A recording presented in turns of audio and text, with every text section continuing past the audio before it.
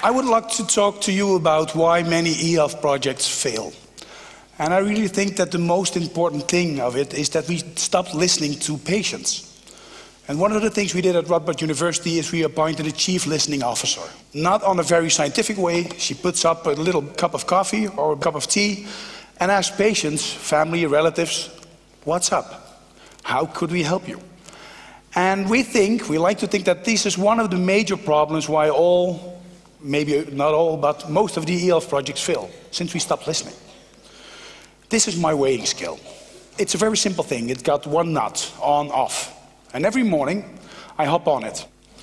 And yes, I got a challenge, as you might see. And I put my challenge on 95 kilograms. But the thing is that it's made this simple, that whenever I hop on, it sends my data to Google Health as well. And it's collected by my general practitioner as well. So he can see what's my problem in weight, not on the very moment that I need cardiologic support or something like it, but also looking back for it. But there's another thing. As some of you might know, I got more than 4,000 followers on Twitter. So every morning, I hop on my weighing scale. And before I'm in my car, people start talking to me, I think you need a light lunch today, Lucien. But that's the nicest thing that could happen, since this is peer pressure. Peer pressure used to help patients, since this could be used for obesitas. It could be used to stop smoking for patients. But on the other hand, it also could be used to get people from out of their chairs and try to work together in some kind of gaming activity to get more control of their health. And as of next week, it will be soon available, there will be this little blood pressure meter connected to an iPhone or something other. And people will be able, from their homes, to take their blood pressure, send it into their doctor, and eventually share it to others, for instance, for over $100.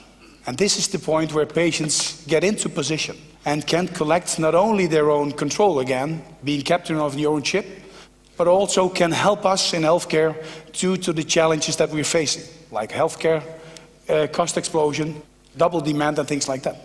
Make techniques that it's easy to use and start with this to embrace patients in the team. And you could do this with techniques like this, but also by crowdsourcing. And one of the things we did, I would like to share with you, introduced by a little video.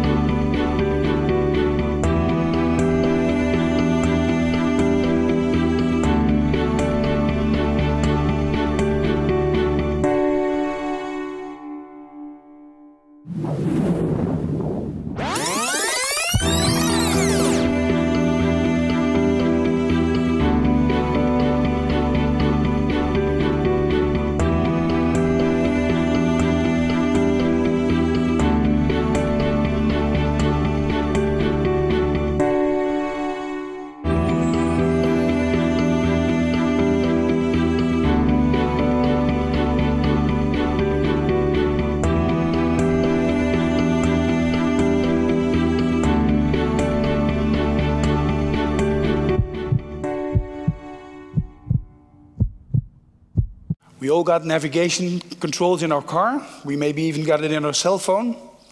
We perfectly know where all the ADMs are, just about this city of Maastricht. The other thing is we know where all the gas stations are. And sure, we could find fast food chains. But where would be the nearest AED to help this patient? We asked around and nobody knew. Nobody knew where the nearest life-saving AED was to obtain right now. So what we did, we crowdsourced the Netherlands. And we set up a website and asked the crowd, if you see an AED, please submit it. Tell us where it is. Tell us when it's open, since sometimes in office hours it's closed, of course. And over 10,000 AEDs in the Netherlands already have been submitted.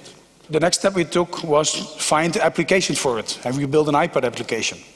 We made an application for layer, augmented reality, to find these AEDs. And whenever you were in a city like Maastricht and somebody collapsed, you can use your iPhone. And within the next weeks, also on your Microsoft cell phone, to find the nearest AED which can save lives. And as of today, we would like to introduce this not only as AED for you, which is the product called, but also AED for us. And we would like to start this on a worldwide level, and asking all colleagues of us in the rest of the world, colleague universities, to help us to find and work and act like a hub to crowdsource all these AEDs around the world, that whenever you're on a holiday and somebody collapses, might it be your own relative or someone just in front of you, you can find this. The other thing we'd like to ask is companies also all over the world that will be able to help us validate these AEDs. This might be courier services or cable guys, for instance, just to see whether the AED that's submitted still is in place. So please help us on this one and try to make not only health a little bit better, but take control of it. Thank you.